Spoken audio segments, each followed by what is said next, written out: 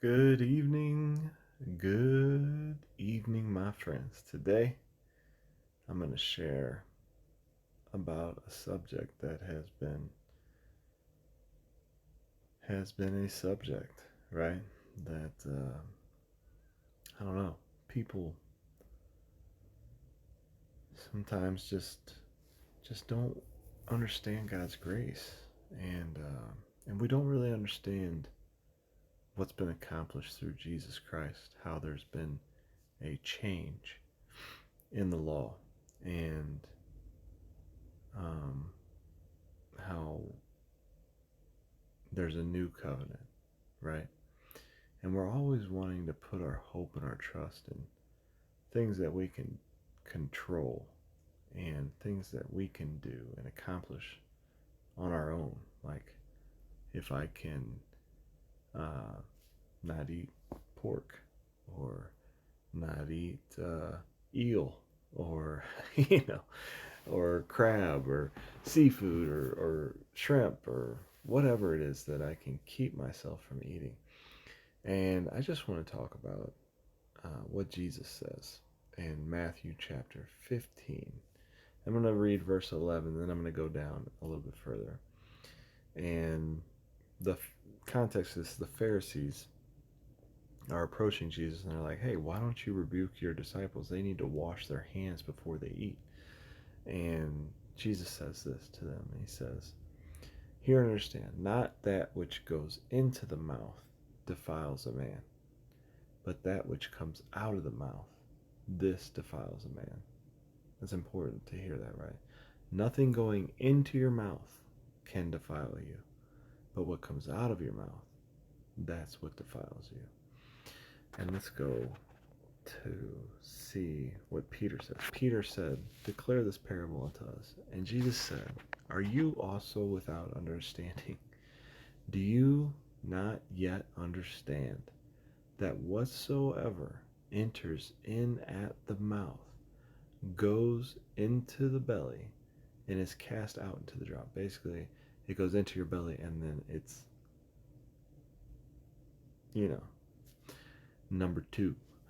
So, and then, but those things which proceed out of the mouth come forth from the heart, and they defile the man. For out of the heart proceed evil thoughts, murder, adultery, fornication, thefts, false witness, blasphemy. These are the things which defile a man. But to eat with unwashed hands defiles not a man.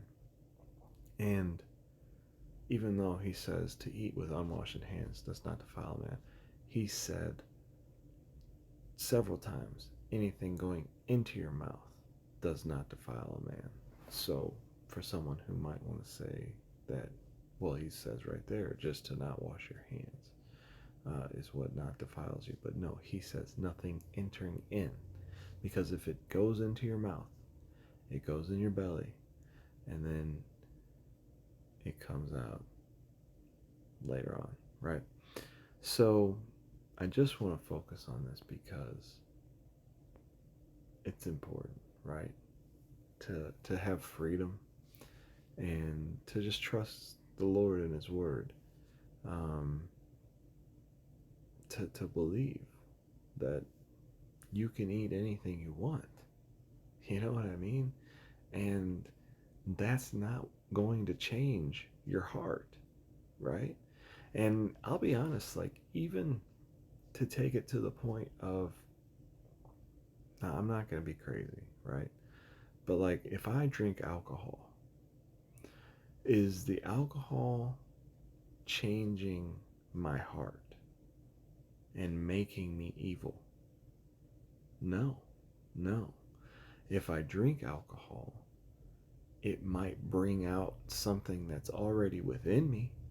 And whatever self control I have, if I drink too much, I might lose that self control and that will bring out something that's within me. But even the alcohol isn't going to change me, it's just going to reveal something that's already within me. And if that's in me, then it's going to come out. But if I drink a little bit of alcohol and my heart is not in that place where it's desperately wicked, I mean, even though your heart is always rebelling and rejecting, but Jesus even says a good man out of the good things of his heart brings out good, you know? So even though there is always a battle against the flesh, um, there is a death to self and a dying to self, and a place where you could drink a little bit of alcohol and not stumble into sin. I mean, Jesus turned water into wine, you know, and I don't even want to go there because I know some people say it wasn't wine that gets you drunk, but um, it wouldn't have said what it said if that wasn't the case. And I'll go into that maybe tomorrow just to explain. But I just want to focus on this. Nothing going into your mouth can make you unclean. Only what's already in your heart can make you unclean. And you need to be purged of that. This is what we're being sanctified from. This is why we're in the fire and God is burning that stuff out of us. There might be stuff still in our heart that he needs to bring to the surface, but we're not still in the same place that we were. We don't have all these things in us still. So let's be sanctified and let's not be concerned about whether or not we eat pork or crab or seafood or whatever. Let's realize that I could keep myself from eating all the pork in the world, and I could have an adulterous thought, and it would mean nothing. I could, it wouldn't matter if I didn't eat pork the rest of my life or any of the things that the Levitical law lays out. The moment that I have an adulterous thought or a thought of hatred or whatever, all that is pointless. This is what we learned from the Pharisees. Let's get it together, okay? Amen. I'm sorry. Let's get it together.